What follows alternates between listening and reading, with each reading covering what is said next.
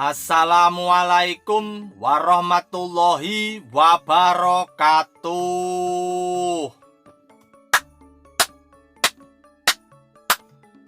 Jos, tenan. Saya mengacungkan 2 jos. Jos, dua jos. Untuk siapa saya mengacungkan 2 jos? Untuk uang. Sekali lagi ya, saya mengacungkan 2 jos untuk uang. Lupa lagi. Sebelum saya diingatkan oleh dulur saya, mumpung saya ingat. Ciluk, ba, ciluk, ba, ciluk, ba, ciluk, ba.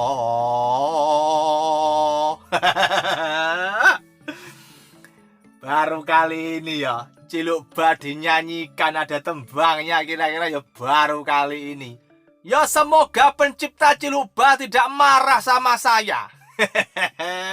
Tapi kalau saya dicari-cari oleh pencipta Ciluk Ba, ya mungkin ya ndak bisa berkata apa-apa. 2 jos, 2 jempol untuk uang. Uang itu kan sejarahnya merupakan alat tukar. Dulu kan barter. Kemudian karena barter itu lama-lama ndak praktis, kita punya beras, membutuhkan minyak.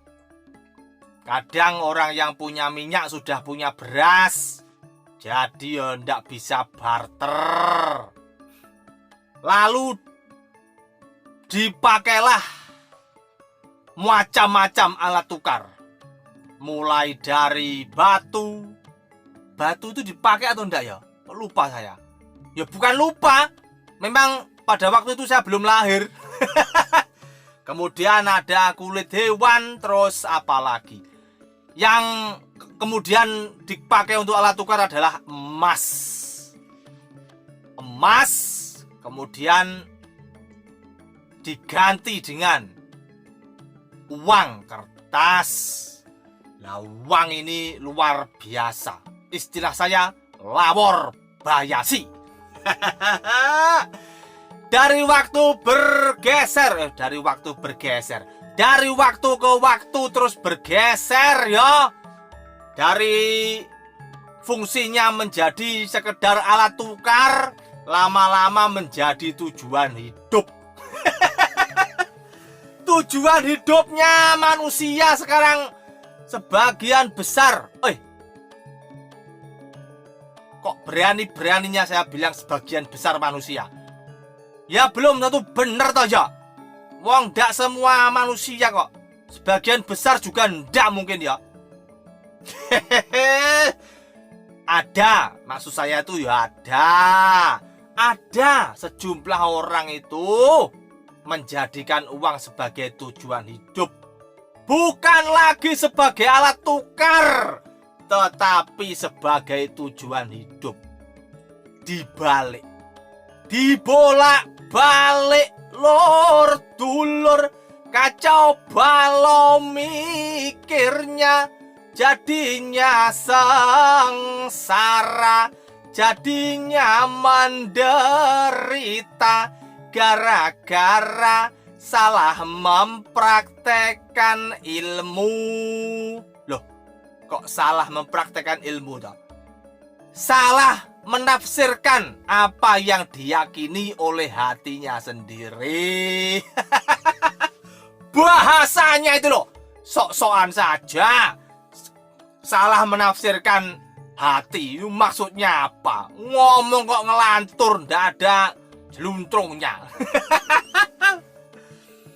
Uang itu diciptakan untuk melayani manusia, lor. untuk melayani kebutuhan kita, untuk menjadikan hidup kita itu indah. Jadi uang itu yang sebagai sarana, bukan merupakan satu-satunya tujuan dalam hidup. Sekali lagi, bukan satu-satunya menjadi tujuan hidup. Uang itu jadi sarana.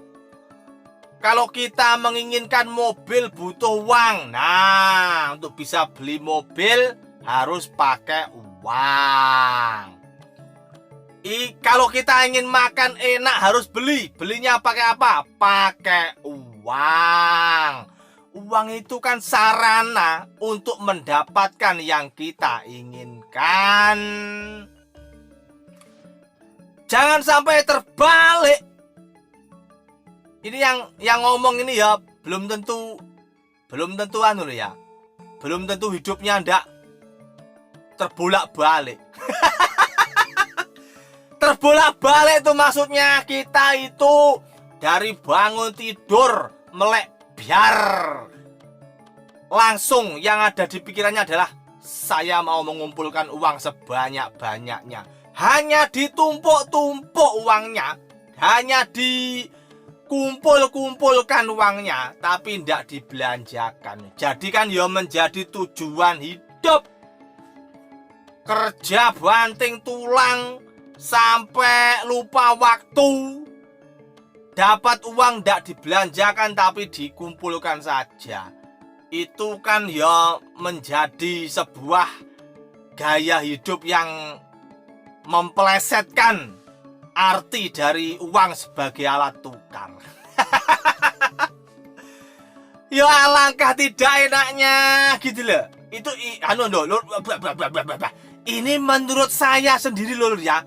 Ini pendapat pribadi.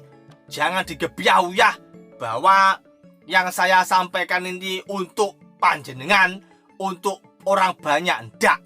Ini ngedabrus untuk diri saya sendiri. Kalau dari bangun tidur sampai tidur lagi tujuannya adalah untuk mengumpulkan uang.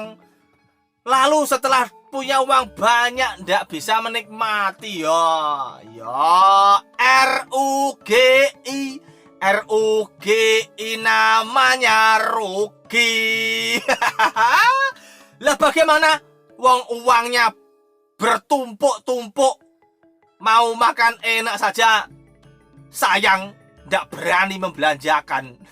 Ditumpuk-tumpuk. Lah terus nanti kalau sewaktu-waktu pulang kepada Tuhan, uangnya untuk siapa? Untuk yang berhak menerima. Yang mbok sekali-kali itu menempatkan uang sebagai sesuai dengan fungsinya. Uang sebagai alat tukar ya ditukarkan. Kita mencari uang sampai jungkir balik kan untuk menjadi alat pemenuhan kebutuhan kita. Yo jangan sayang-sayang untuk dibelanjakan. Selama belanjanya itu benar-benar untuk sesuatu yang perlu, untuk sesuatu yang dibutuhkan, begitu. Tapi yo aneh, jadinya yo aneh. Kalau tujuan hidup itu hanya semata-mata mencari uang, itu yo aneh namanya. Menurut saya. Nah setelah punya banyak uang, uangnya buat apa kan yo? Sebuah kerugian kalau tidak dibelanjakan. Kadang saya itu kadang saya itu ya sedikit mentertawakan pola pikir saya sendiri. Saya kalau melihat atau membaca beberapa blog dari teman saya yang ada di luar negeri sana, bahwa mereka itu ya memang kerja keras banting tulang untuk mendapatkan uang. Begitu uangnya terkumpul, mereka langsung memplanning uangnya nanti dipakai untuk apa, dihabiskan kalau perlu. Ada yang dipakai untuk berwisata, ada yang dipakai untuk membeli sesuatu yang dia sukai, ada yang dipakai pokoknya itu untuk memenuhi kebutuhannya. dan ndak sayang-sayang. Pola pikirnya kan memang uang itu untuk alat tukar memenuhi kebutuhan yang diinginkan, bukan sebagai tujuan hidup untuk mengumpulkan uang. Ini salah kaprah. Menurut saya, pendapat saya ya belum tentu cocok dengan pendapat panjenengan. Kalau ada yang cocok dengan saya, berarti kita friend, kita sepemikiran. Kalau saya punya uang banyak, yo saya pergunakan agar uang yang saya belanjakan itu melambai-lambaikan tangannya untuk memanggil temannya. Begitu uang yang saya punya saya belanjakan di jalur yang menuju Tuhan, maka uangnya akan memanggil temannya. Oi, oi, oi, bro, sis, sini, pada sini. Orang ini menggunakan uangnya untuk menuju Tuhan. Ayo bro, sis, kumpul, semuanya pada kesini ya. Kita satu jalur dengan orang ini menuju Tuhan. Nanti kan ya rasanya enak begitu loh, lor. Kira-kira kok begitu. Ya meskipun tidak semuanya itu uang harus dipergunakan untuk sesuatu yang menuju Tuhan, karena yo yang namanya manusia butuh hiburan. Ya uangnya boleh ya dipakai untuk bersenang-senang, ya ndak apa-apa.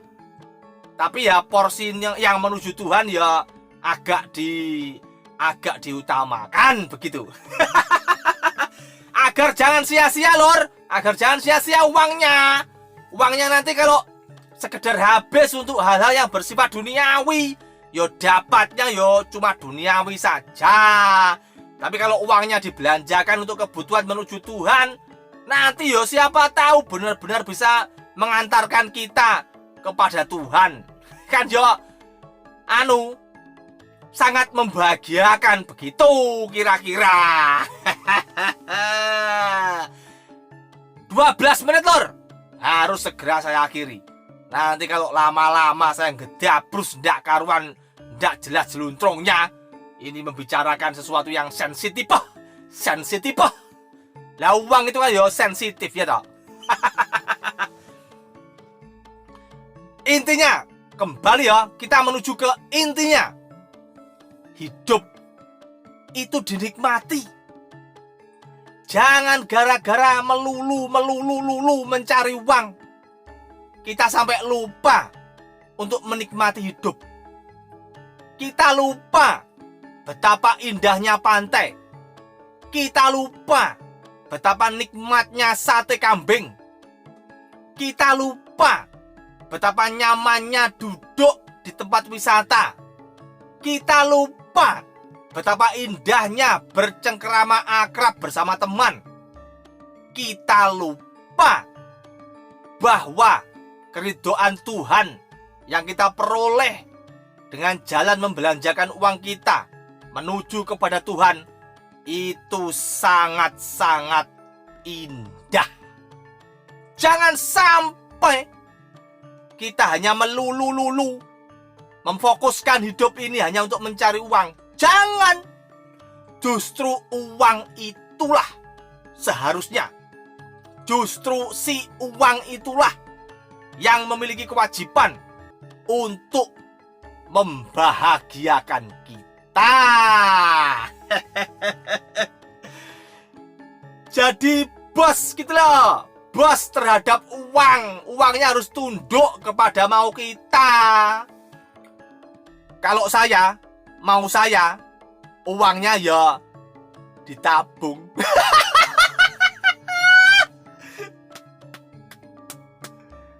Omong apa? Ketemu lagi di lain waktu ya lor ya. Jaga kesehatan. Hibur diri sendiri. Jaga imunitas. Yang suka karaoke, ya karaoke. Menyanyi kan bisa meningkatkan imunitas. Kalau saya tak pilih ketawa saja.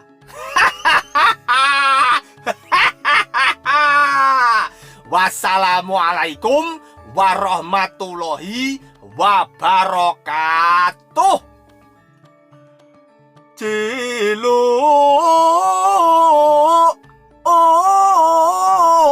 ba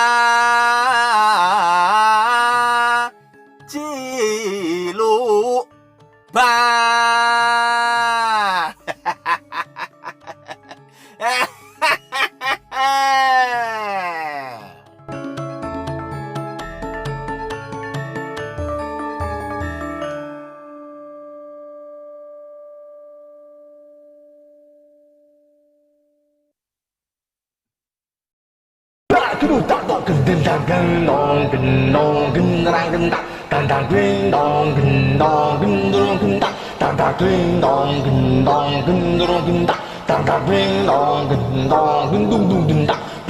Ding dong,